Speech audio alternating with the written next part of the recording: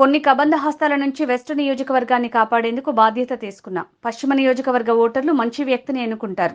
Call money, గుడి దగ్గర కొబ్బరి చిప్పలు అమ్ముకునే వారిని వెస్ట్ నియోజకవర్గ ప్రజలు ఆదరించరు. విజయవాడ పార్లమెంటు నియోజకవర్గానికి నేను ఓ కాపలా కుక్కని. దోచుకుని దాచుకునే వారిని వదిలిపెట్టే ప్రసక్తి లేదు అని ఎంపీ కేశినేని నాని అన్నారు. రెండు సార్లు 2014లో నేను పోటీ చేశా. అప్పుడు బీజేపీ అలయన్స్ వెల్లంపల్లి శ్రీనివాస్ బీజేపీలో అభ్యర్థిగా పోటీ చేస్తే 3,000 అతను ఓడిపోయాడు. నేను 14,000 మెజార్టీ ఇచ్చింది ఇదే విజయవాడ వెస్ట్ నియోజకవర్గం నాకు. అంటే 17,000 క్రాస్ ఓటింగ్. 2019లో జలీల్ ఖాన్ గారు అమ్మాయి 9,500 ఓట్లతో ఓడిపోయింది. నాకు 8,500 మెజార్టీ ఇచ్చింది ఇదే పశ్చిమ నియోజకవర్గం. అంటే 2 సార్లు కూడా 17,000 క్రాస్ ఓటింగ్ నాకు వేసి ప్రజలు విజయవాడ వెస్ట్ నియోజకవర్గం అంటే రాజకీయ పరిణితి కలిగినటువంటి నియోజకవర్గం. మనిషిని చూసి ఓటేస్తారు తప్ప ఇక్కడ పార్టీలను చూసో ఇంకోటే కాదు. పార్టీ సరైన వ్యక్తికి సీట్ ఇవ్వకపోతే ఖచ్చితంగా ఓడిస్తాం, సరైన వ్యక్తికి సీట్ ఇస్తే ఖచ్చితంగా గెలిపిస్తాం అనేదానికి నా 2 ఎలక్షన్లే నిదర్శనం. అటువంటి రాజకీయ పరిణతి కలిగినటువంటి నియోజకవర్గం ఎప్పుడు చెబుతా విజయవాడ వెస్ట్ గురించి.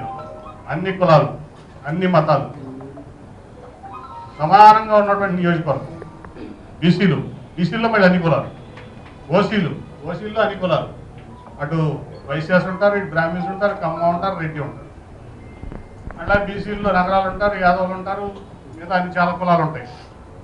అట్లాగే మీకు ముస్లిమ్స్, క్రిస్టియన్స్, మీకు అన్ని ఇంత సమకూర్పుకున్నటువంటి అసెంబ్లీ నియోజకవర్గం ఈ 2 తెలుగు రాష్ట్రాల్లో, ఒక రాష్ట్రం కాదు ఉందంటే అది విజయవాడ వెస్ట్ నియోజకవర్గం.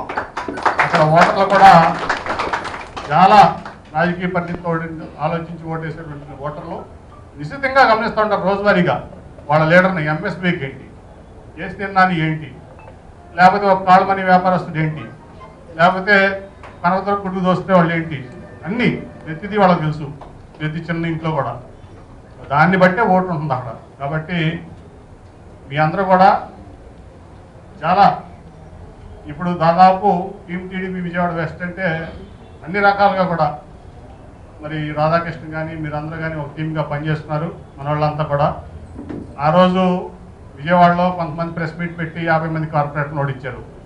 కార్పొరేషన్ రావాలి వాళ్ళ స్వార్థం కోసం ఓడించారు, అందరూ బలైపోయారు. అటువంటి వాళ్ళందరూ కూడా ఇక్కడ మేము ఇది లేదన్నప్పుడు వాళ్ళందరికీ నేను ఉన్నాను, మీరు ముందు పని చేయండి, ఇది మందే, అవినీతి పనులతో స్వార్థ పనులతో లాలుచి వ్యక్తులు కాదు, ఇది మీ అందరి కోసం నేను ఉంటానని చెప్పి పికప్ చేశాం.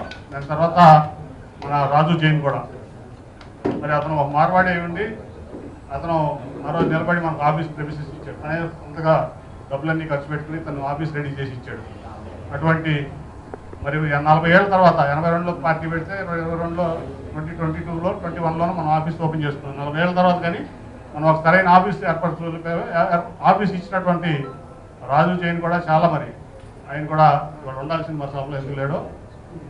సో వీళ్ళందరూ కూడా ఒక పక్క సారేపల్లి రాధాకృష్ణ, అలాగే ఒక పక్క రాజు జైన్ అవనండి, మన వాళ్ళంతా టోటల్ టీం అంతా అన్ని కులాల మతాలు కలిపి తర్వాత వాళ్ళకి అండగా మరి బేగ్ కూడా 1 సంవత్సరాల నుంచి మా అందరితో కలిసి ప్రయాణం చేస్తున్నాడు.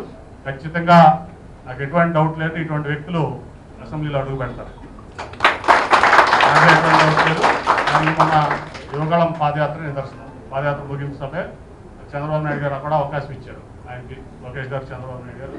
నిజంగా కూడా విజయవాడ వెస్ట్ నుంచి ఒక మంచి వ్యక్తి, బేగ్ లాంటి మంచి వ్యక్తిని ఎన్నుకొని చట్టసభలో పంపిస్తే వెస్ట్లో పార్టీలకు అతీతంగా అందరూ కూడా మంచి వ్యక్తులు కోరుకుంటారు. కాబట్టి ఖచ్చితంగా నాకు ఎటువంటి డౌట్ లేదు, బేగ్ చట్టసభలో ఉంటాడు.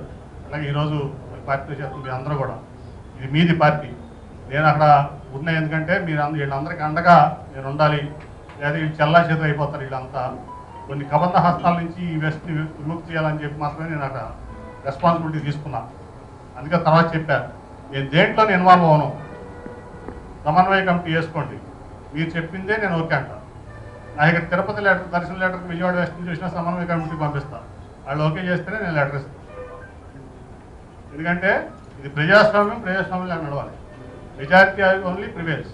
కాబట్టి ఏదుపట్టి రామయ్య కానీ మన వాళ్ళందరూ టోటల్గా మన వ్యక్తులందరూ, మన కనకారావు కానీ నాగు కానీ అందరూ పేర్లు చాలామంది ఇక్కడ ఉన్న వాళ్ళందరూ కూడా అందరూ కష్టపడి ఒక ఖాళీ తీసుకొచ్చారు.